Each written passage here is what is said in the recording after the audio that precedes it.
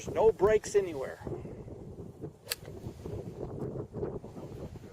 That was really good.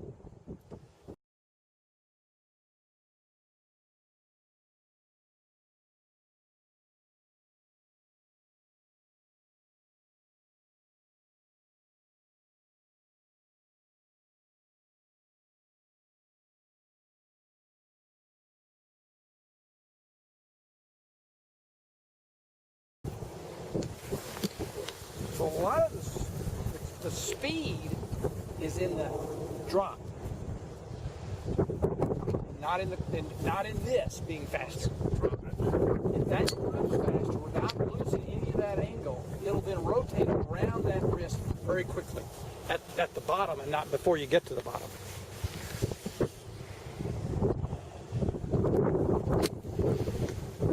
And what iron is that? 9. That's good. You got into the wind. I want you to swing to here where your eyes are still on the ground. Okay. So we're not gonna come up to here right now. We're just gonna hit a couple of shots on the core of the swing. And one of the images I want you to have is if this club is coming out of your hip. And the only way you can get the club is to get your hip to the ball. So I'm hitting the ball with my hip. This moves as a connected unit.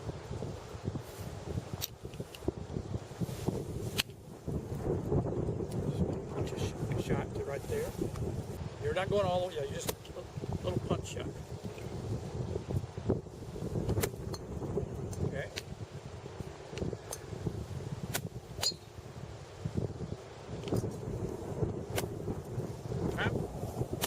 Set up. If I were to just stand and look at how my hands are, they're not like this when I'm set up. They're right here. When I get to here, they're basically in the same place. Right. Well, that's a good drill. That's the part I'm just not physically or mentally getting at. Now the key is when my club gets here, the handle stayed in front of my sternum. So this is in line with my sternum and my belly button. It's not independent. It doesn't. So you may need to speed your chest swing faster so that it stays connected. Chest swing, not a hand swing. Yeah, you're swinging your chest faster. That will allow your hands to not have to manipulate the club.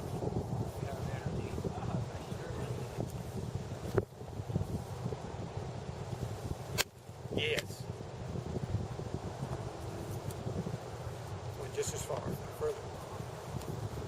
Now you're getting the ball with big muscles.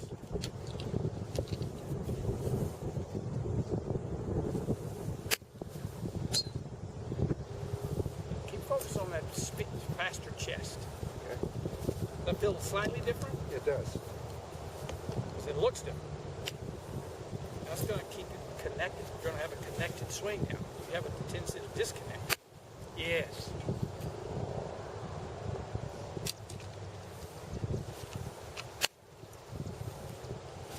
Very nice. Keep doing it. You may or may not hit it well, but I want you to feel like you're having an earlier wrist hinge. And then fast chest. So your backswing thought is early wrist hinge, Fast chest. and then fast chest. Early hinge, fast chest.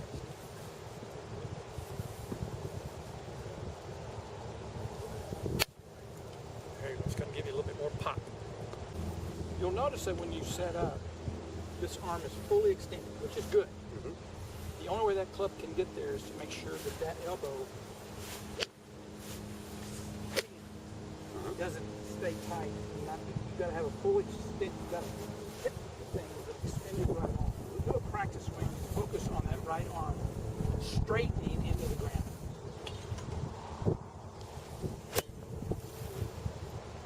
Finish the swing too. It's the deepest divot you've taken. sign to me that you haven't really been doing that. I haven't. That that's just been tight.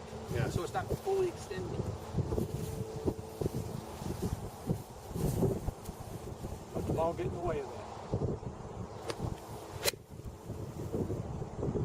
We may have found part of our problem. It's that right elbow. So you have to have that soft elbow. Better, much better. There's definitely some power inside of you that we've got to, that we can just not find the pathway. How do we get it out to the club? 2 in a row.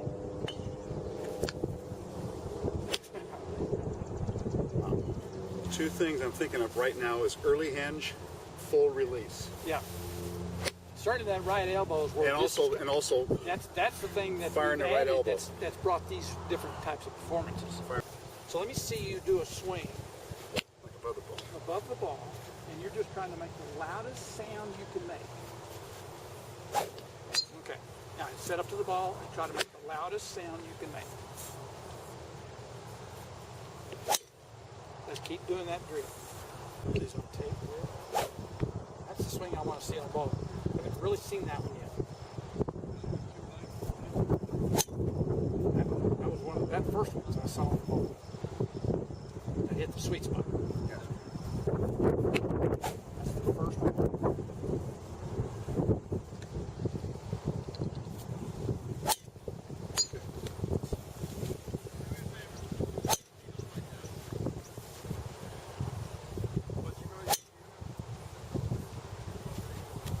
You need to start working harder. That's a ball right there. Put on that one. Oh, are we? All right. Give me some verbalization of the last 8 or so. Not a lot of. Well, it's more basically, I feel like I'm loading it early, and be all you just need. firing at the ball There you go. and finishing with my chest towards the target. And a lot of that is more reflective thoughts that aren't necessarily thinking those thoughts during the actual action. It's kind of like after it's over with, you kind of reflect what you felt. Yeah. Well, I'm not thinking of what I'm doing. Yeah. Yeah. The only thing that might be a conscious thought on the doing part is it might be the early wrist. I think that's about the only thing. That's where the.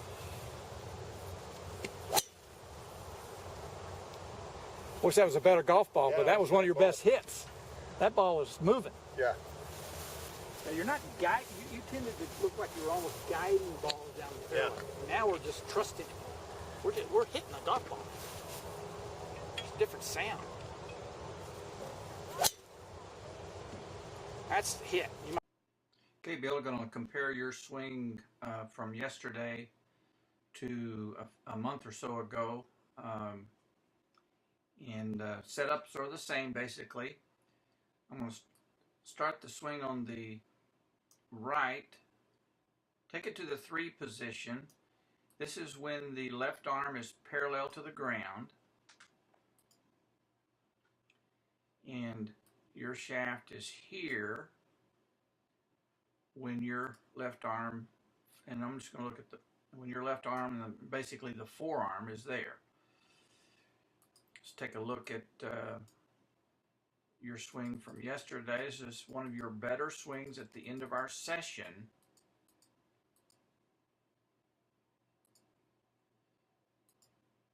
That's actually slightly below parallel, but let's use that one. And you have a lot more angle.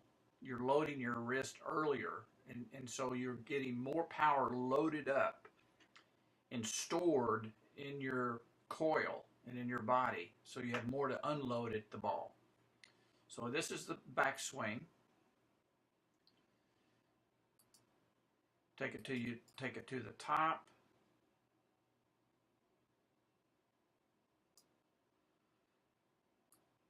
There's your shaft. Take it to the top.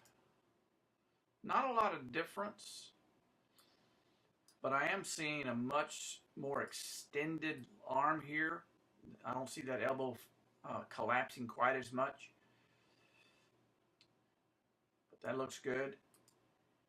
And you had a tendency to cast on as you came down. So when the left forearm gets parallel to the ground, that's that position.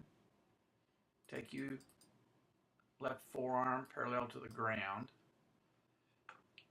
You can see that you did cast more.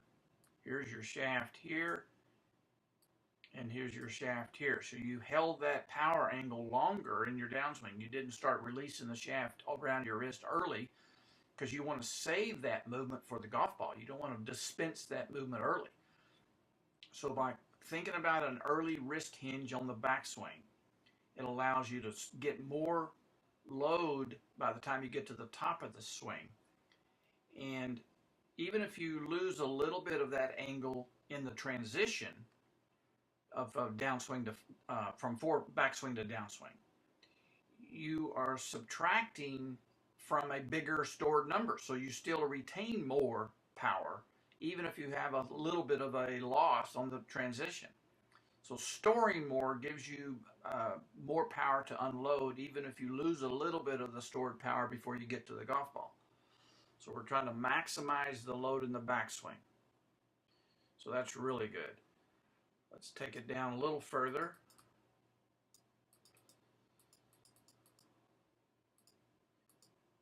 Here's the, let's take you down, Dave.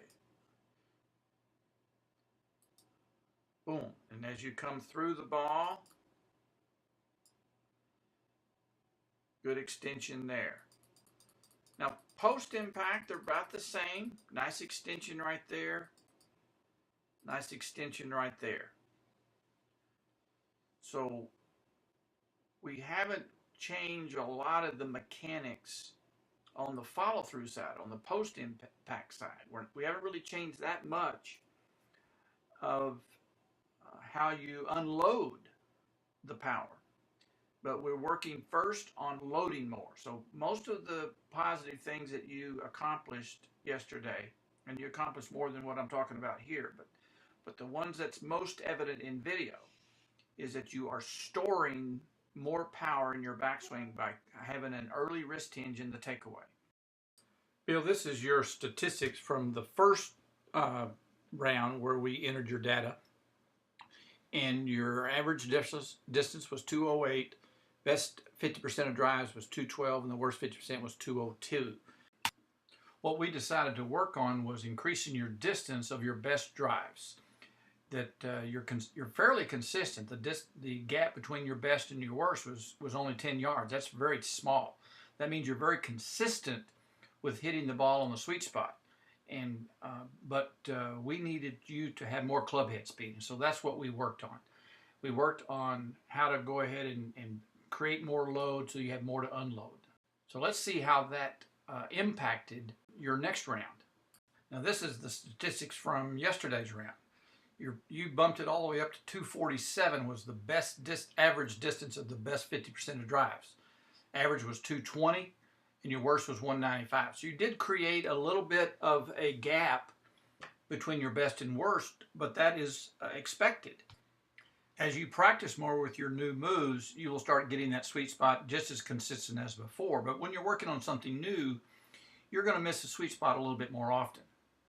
Now this is your par report, and you started with 212. We selected as your project to increase the distance of your best drives. It started at 212.